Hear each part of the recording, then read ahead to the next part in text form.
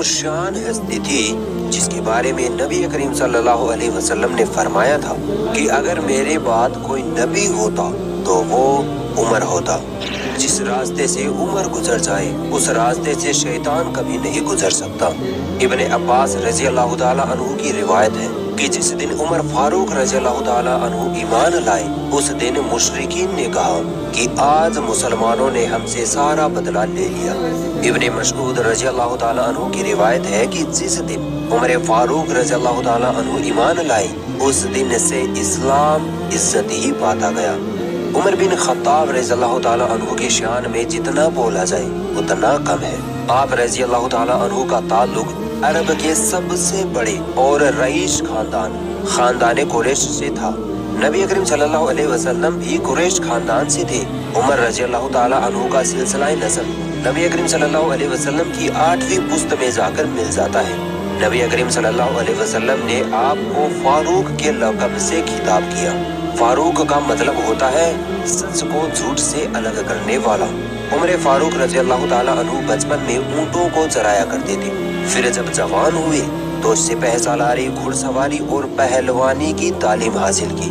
उमर रज़ी अल्लाह ताला अन्हु इतने गजब के पहलवान थे कि अरब को चुटकियों में पछाड़ दिया करते थे।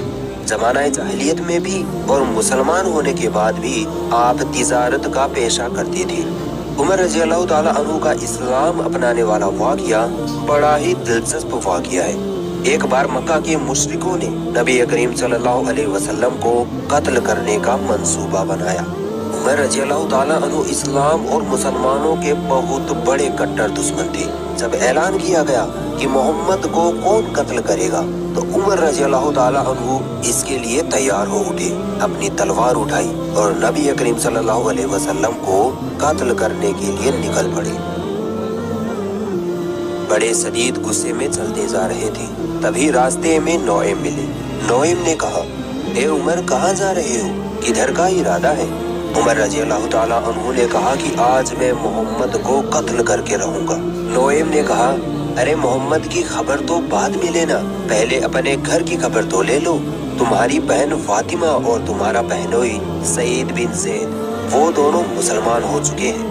इतना सुनना था कि उमर रज़ी अल्लाह ताला अन्हु नबी करीम सल्लल्लाहु अलैहि वसल्लम के पास जाने के बजाय अपनी बहन के घर की ओर मुड़ गए।